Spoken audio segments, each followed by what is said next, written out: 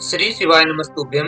भक्तों, 29 जनवरी मौनी अमावस्या का दिन। यह दिन इतना विशेष क्यों है? क्यों यह दिन 144 साल के बाद आया है? इस दिन की इतनी विशेषता क्यों है? क्या आपको इस दिन उपाय करना चाहिए?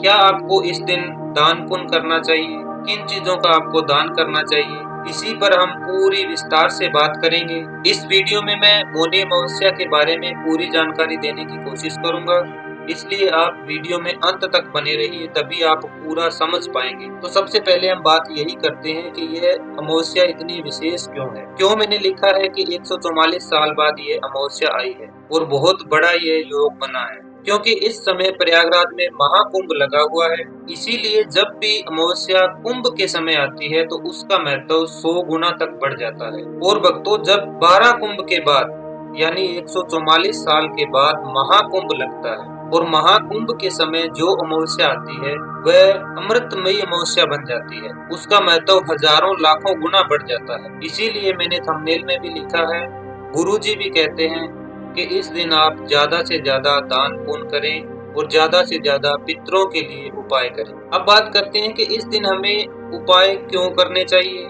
इस दिन हमें दान पुण्य करने का क्या फल मिलता है। वैसे तो अमावस्या का दिन पितरों के लिए होता है। अगर आपको किसी ज्योतिषी ने बताया है कि आपके घर में पितरदोष है या आपकी कुंडली में पितरदोष है, तो आपको अमावस्या के दिन दान करना चाहिए। अमावस्या के दिन जो गुरुजी ने उपाय बताए हैं वो उपाय करने चाहिए, आपका पितरदोष समाप्त होगा। और अगर आपको किसी ने नहीं भी बताया, अगर पितरदोष ना भी है तो भी अगर आप पितरों के लिए कोई उपाय करते हैं, पितरों के लिए कोई दान करते हैं, तो उसका फल आपको अवश्य मिलता है। क्योंकि हमारे अगर पूर्वज खुश होते हैं तो वो हमें फलने फूलने का, धन संपदा का आशीर्वाद देते हैं। इसलिए इस बार की जो अमावस्या है तो यह एक अमृतमयी अमावस्या है।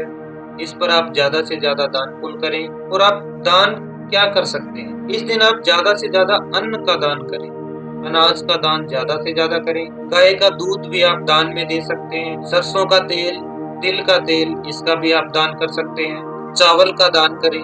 वस्त्र में आप कंबल का दान करें। गर्म कपड़े का दान सबसे उत्तम दान माना जाता है मौनी अमावस्या के दिन अगर आप करते हैं तो।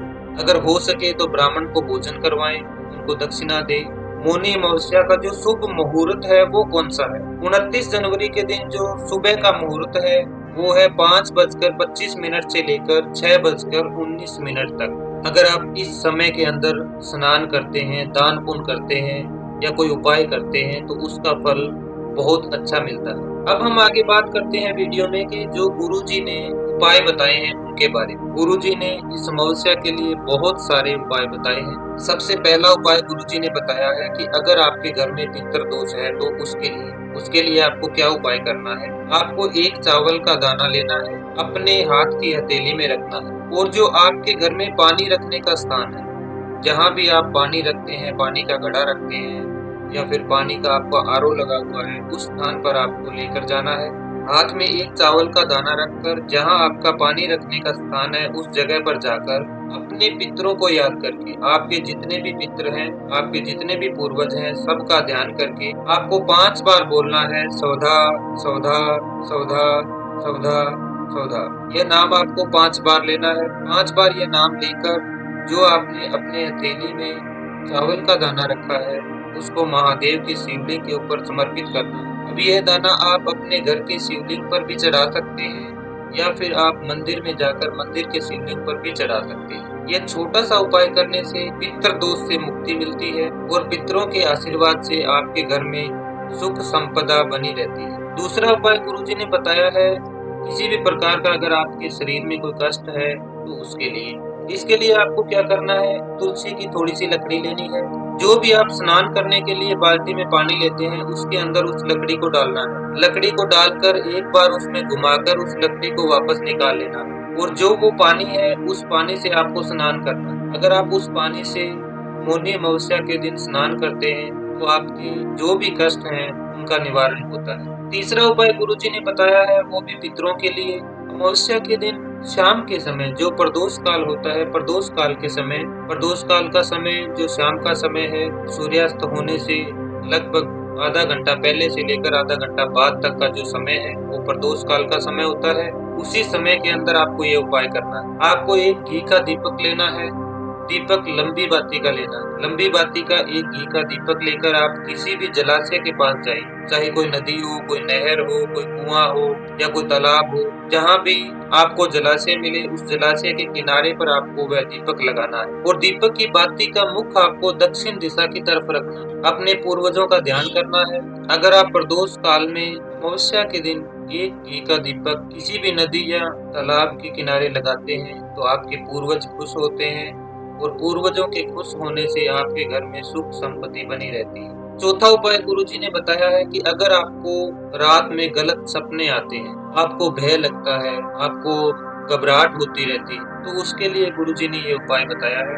इस उपाय के लिए आपको चंदन लेना है और चंदन को 7 जगह पर चढ़ाना है। यह उपाय आपको महादेव के मंदिर में जाकर ही करना है। सबसे पहले आप महादेव के शिवलिंग के ऊपर चंदन का लेपन करेंगे। दूसरा स्थान है माता अशोक सुंदरी का स्थान। माता अशोक सुंदरी के स्थान पर एक चंदन की बिंदी लगाएंगे। तीसरा स्थान गणेश जी का, गणेश जी के स्थान पर एक चंदन की बिंदी लगाना है। चौथा स्थान है कार्तिकेय जी का स्थान। कार्तिकेय जी के स्थान पर आपको एक चंदन की बिंदी लगानी है। पांचवा स्थान है जलाधारी।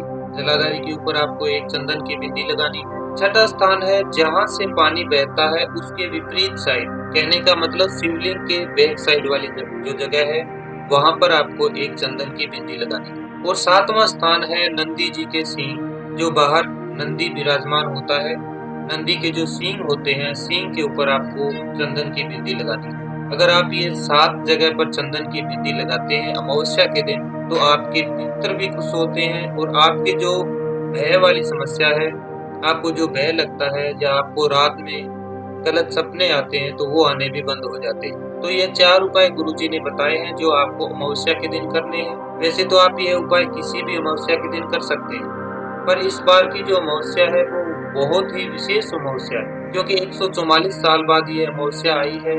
तो चूकना नहीं, उपाय जरूर करना, ज्यादा से ज्यादा दान पुण्य जरूर करना। मैंने पूरी कोशिश की है मौनी अमावस्या के बारे में पूरी जानकारी आपको देने की। फिर भी अगर आपका कोई प्रश्न रह जाता है तो आप मुझे कमेंट करके पूछ सकते हैं।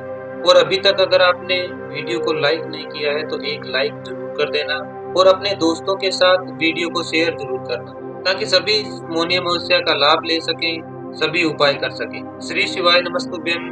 हर हर महादेव। जय महाकाल। सब बोलिए श्री शिवाय नमस्तुभ्यं। श्री शिवाय नमस्तुभ्यं। सब बोलिए श्री शिवाय नमस्तुभ्यं। श्री शिवाय नमस्तुभ्यं।